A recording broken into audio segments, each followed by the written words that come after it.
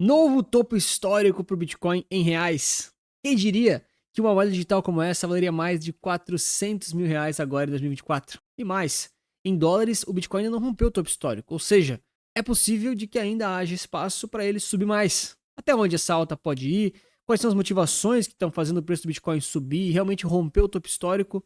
E claro, né? Será que é hora de comprar, vender? E se você quiser comprar, como investir em Bitcoin da forma correta, sem se expor a riscos desnecessários. Vamos começar entendendo a questão das motivações que fazem o preço do Bitcoin subir. Lembrem, o Bitcoin é uma moeda digital que o grande core, né, a grande razão do Bitcoin existir é a questão de descentralizar o dinheiro, mas ter um dinheiro, né, uma forma de meio de trocas que seja valorizado pelas pessoas, mas que seja deflacionário, ou seja, que haja uma quantidade limitada dela rolando aí pelo mundo, pelas redes, e de forma que não seja possível ficar imprimindo muito mais e simplesmente ficar fazendo mais bitcoins do nada. E o primeiro motivo aqui que faz o Bitcoin subir são essas situações de quando existe o tal do evento chamado halving, que é o corte pela metade da quantidade de bitcoins que são minerados. É um evento meio específico da comunidade. O ponto todo é que não são mais produzidos as mesmas quantidades de Bitcoin que eram antes produzidas aí pelos mineradores. Agora é metade. E ao longo de alguns anos vão ter mais alguns halvings, fazendo com que a tal da oferta de Bitcoins para o mundo, né, na rede do Bitcoin, seja cada vez menor, até que ela atinja um número estável, que se não me engano são 22 milhões de Bitcoins. Né? Quando chegar lá, acabou, não tem mais como fazer, não tem mais como imprimir, não tem mais como criar Bitcoins do zero. E tivemos um halving agora em 2024. Isso faz com que o preço, de certa forma, sinta a questão da diminuição da oferta, sendo que a demanda ela é igual ou talvez até maior. O segundo ponto que faz o preço do Bitcoin subir tanto é isso daqui, um valor extraordinário, né, astronômico, entrando aqui pelos ETFs de Bitcoin. Então a gente tem aqui um rastreador de fluxo que nas últimas 2 semanas, mais ou menos, praticamente só teve entrada de Bitcoin aqui de compra por esses ETFs. As vendas foram quase que irrelevantes. Ou seja, tem muito dinheiro institucional e valores muito altos entrando na moeda, fazendo com que o preço do Bitcoin suba, também causado por essa quantidade maior de dinheiro investido em ETFs de Bitcoin, ETFs de cripto. Então, olha o tamanho do valor investido aqui em todos esses ETFs de Bitcoin, fazendo com que o preço suba, né? Porque toda vez que você compra um ETF de Bitcoin nos Estados Unidos, por exemplo, o ETF vai lá e compra o Bitcoin, ou aquela fração em alguma corretora, enfim, no sistema centralizado. E isso faz com que o preço suba também. Outro fator muito relevante que o Bitcoin acaba sentindo bastante de uma forma positiva é a questão de excessivas e contínuas impressões de dinheiro pelo mundo. Hoje em dia a gente não tem mais dinheiro físico tanto assim, né? A maioria do dinheiro que ele é impresso, ele é digital. E aí uma das formas dele ser impresso e o dinheiro ser criado aí pelos governos ao redor do mundo é a criação no modelo M2. E esse modelo M2 de dinheiro, ele está nas suas máximas históricas também, ou seja, nunca teve tanto dinheiro assim no mundo, o que faz com que os nossos ativos em geral do mundo físico, né, sofram muito com a inflação, que é muito ocasionada pela impressão excessiva de dinheiro. Ou seja, os ativos que são deflacionários, aqueles que guardam valor ao longo do tempo, como o ouro e o Bitcoin também, eles tendem a se valorizar quando essas questões todas acontecem. Existe também a questão das eleições americanas, estamos muito perto delas acontecerem. O Donald Trump vem liderando as pesquisas, o mercado já começa, parece que, entrar num certo consenso de que ele vai vencer as eleições. Ainda há muita coisa a ser decidida, mas as pesquisas, as apostas, elas estão apontando para esse cenário. Não, de forma não tão empatada assim, já está um pouco mais claro que ele tem mais chances mesmo.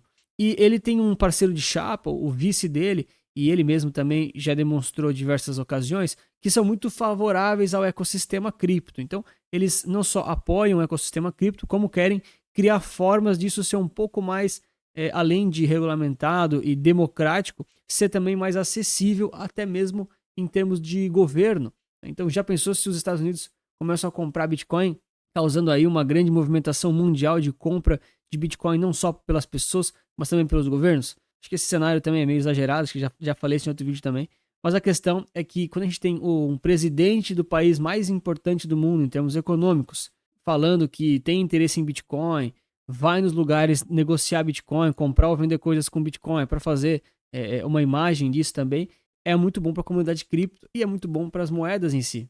Ó, já comenta aí para mim se você tem Bitcoin na carteira e gosta também dessas criptomoedas, ou se você ainda acha que é uma grande bolha e não entendeu o real motivo delas existirem, a real aplicação delas na vida real. Para a gente avaliar se esse preço do Bitcoin ele é sustentável e faz um certo sentido, a gente usa diversas ferramentas. E uma delas aqui é o tal do índice do medo e da ganância. E o que ele nos diz? Né? Que acima aí de 60 pode haver uma ganância e acima aí de 80 pode haver uma extrema ganância. Esse índice está aqui colocado no gráfico em amarelo aqui, né?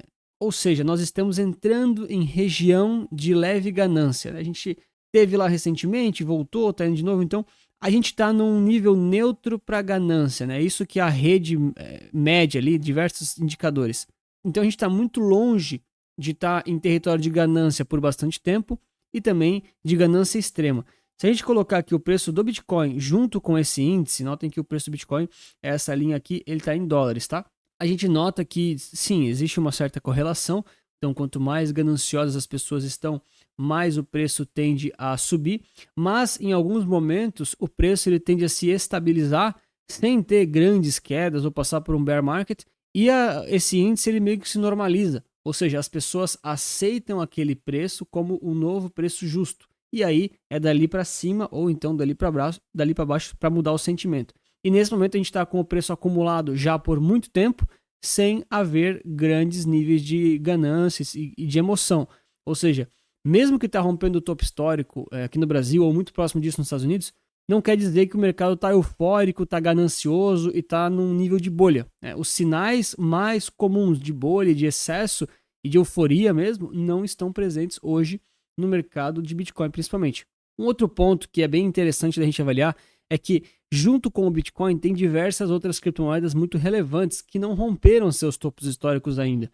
Ou seja, existe bastante espaço para muitas moedas se valorizarem além do Bitcoin e as principais aqui como o Ethereum, o próprio XRP, Tron, a Solana acho que já passou do topo histórico, tá? Mas o BNB ainda também não.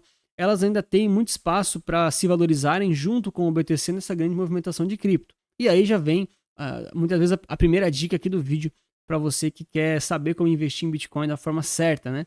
Existe uma solução muito boa chamada Hash11. Né? O Hash11 ele é um ETF negociado aqui no Brasil pela própria B3, pela corretora de investimentos mesmo, e ele reúne uma série de criptomoedas de forma muito mais fácil e prática de você investir. Então a gente tem, por exemplo, dentro do Hash11 você compra um monte de ativos de uma vez só. O principal dentro do Hash11 é o Bitcoin, 75% dele é Bitcoin. Depois vem o Ethereum e aí vão várias outras moedinhas. Mas de qualquer forma, esse índice aqui de criptos, né, ele além de estar diversificando para você uma carteira cripto, ele está dando um peso muito maior em Bitcoin. E muitas vezes isso é do seu interesse e da sua estratégia. A vantagem desse ETF aqui também é que ele tem baixíssimos custos de manutenção, o imposto é simplificado e acaba facilitando muito a vida do investidor. Olha, para a gente ter noção das outras cripto aí comparadas com o Bitcoin, a gente tem o Bitcoin em reais bem aqui em cima. Isso aqui é no último ano, deixa eu colocar aqui. Pronto, no último ano ele já está rompendo o topo histórico e abaixo dele logo vem o Hash11 e o Bitcoin dólar. Ou seja, eles não estão tão valorizados assim quanto o Bitcoin em reais. Mas isso também não quer dizer que eles tenham um resultado ruim. Né? São resultados muito bons, por sinal, em um ano render mais de 100%. São investimentos que é raro você encontrar por aí. E aí a gente tem as outras cripto, as mais famosas eu coloquei aqui, né? Tem o ETH e o XRP que estão muito longe ainda de estarem numa valorização parecida, né? Então aqui, próximo de 46%, o XRP inclusive negativo no último um ano, né? 12 meses para trás.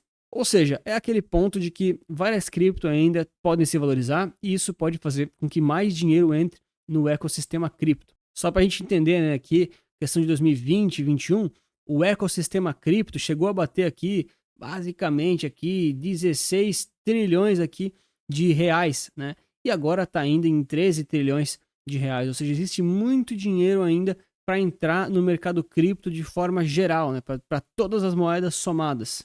E alterando aqui para dólar, só para a gente ficar com um número mais democrático, ele chegou a bater aqui os seus 2,8 trilhões de dólares, tá? E agora está aqui com meros 2,4 trilhões de dólares a capitalização de mercado de todas as criptos juntas. Ou seja, ainda tem aí um certo chão para entrar dinheiro novo aí no mercado cripto. Já deixa o like, se inscreve aí para mais conteúdos como esse.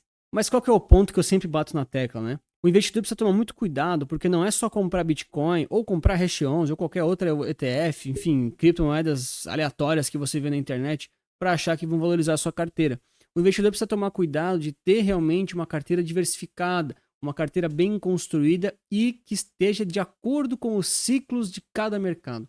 Isso é uma coisa que é um pouco sensível, porque você não precisa ficar acertando sempre o timing perfeito, a gente nem deve buscar esse tipo de coisa, mas você precisa estar remando junto com as marés certas, né? Não adianta você ficar sempre contra todo mundo, senão você vai começar a comprar tudo quanto está muito caro e vender tudo quanto está muito barato. Para isso eu ofereço aí uma série de carteiras recomendadas para diversos tipos de perfis de risco e certamente eu vou poder te ajudar caso você tenha interesse. Então o QR Code aqui na tela, tem um link aqui na descrição, me chama que eu vou te mostrar mais dessas soluções.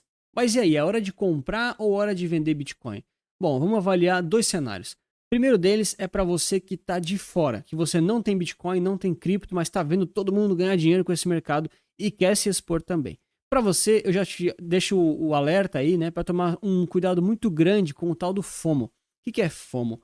FOMO significa Fear of Missing Out. É um tipo de viés que cega os investidores e as pessoas têm simplesmente medo de ficar de fora daquela movimentação de alta. E aí, o que fala mais alto é a ganância.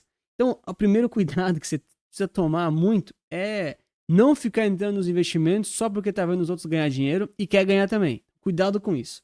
Agora, se você está seguindo o passo a passo de um bom investidor, ou até da carteira recomendada, por exemplo, você certamente vai descobrir qual é o seu perfil de investidor, seja ele conservador, moderado, agressivo e assim por diante, e aos poucos você vai ter um percentual da sua carteira designado para essa classe de ativos que são as criptomoedas. Quando você definir esse percentual de alocação, por exemplo, 1% ou 5%, depende muito, tá? Você vai definir quais são os ativos. E aí você vai ter que ter um plano gradual de migração do seu estado atual, que é 0% em cripto, para aquele estado desejado, que é 5% em cripto, por exemplo. E aí é muito saudável que você faça mais ou menos o que aparece aqui nessa imagem. Essa imagem ela mostra uma divisão de portfólios, mas é como se você quisesse transformar um portfólio conservador em um agressivo, por exemplo. Você não pode ir de 35% para 70% de uma vez. Não dá para fazer isso. Esse é um erro muito comum, as pessoas querem entrar com tudo ou sair com tudo dos ativos, mas isso te prejudica muito no longo prazo. O ideal é você montar uma posição. O que é montar uma posição? É todos os meses, ou a cada 2 semanas, que seja, cada período, né? Você fazer aportes graduais, fracionados, de forma que ao longo de 5 ou 10 entradas diferentes, 10 meses diferentes às vezes, você chegue naqueles 5% da alocação desejada. Esse cuidado é muito importante, a galera não fala isso por aí e ninguém faz isso de forma certa. Porque a galera quer botar tudo de uma vez, é o FOMO, bate mais alto, a ganância, e muitas vezes se você comprar hoje, pode ser que dê certo. É verdade, pode ser que dê certo. Mas aí pode ser também que não dê e caia tudo. E aí vai a segunda análise, para quem já está comprado em Bitcoin ou em criptos e tem que começar a ficar ligado para que cenário, né? Topo histórico nunca é bom da gente sair comprando, nunca. Mas para quem quer muito comprar, faz o fracionado, vai devagarinho. Ou seja, mesmo que continuar subindo, você vai comprando aos poucos. Se cair, não tem problema, você vai fazendo preço médio. Mas para você que já tem e deseja vender, nunca é ideal vender tudo também. Precisa ser uma venda gradual, né? Quantos por cento está fugindo da sua alocação ideal? Ah, era 5%, aí o Bitcoin agora subiu um monte e eu estou com 7% do meu patrimônio em cripto e eu estou fugindo um pouco da alocação ideal, por exemplo. Bom, aí você pode considerar voltar para 5% ou fracionar, né? Vender 1%, vender mais 1% e ir devagarinho. Tá? Essa é a forma certa de se investir, não só em criptos, como em qualquer classe de ativo.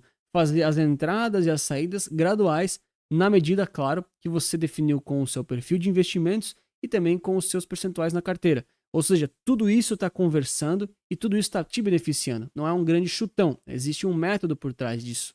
E para investir em todas essas classes de ativos, em todos esses tipos de investimentos diferentes, eu gosto muito de usar ETFs. porque eles facilitam demais a minha vida como investidor, por exemplo, para conseguir comprar vários ativos de forma diversificada e simples com uma série de vantagens. Quer saber quais são as vantagens? Tem aqui um vídeo explicando por que ETF é o melhor investimento e aí eu te provo isso lá no vídeo. Obrigado pelo seu like e lembre-se que investir certo resulta capital.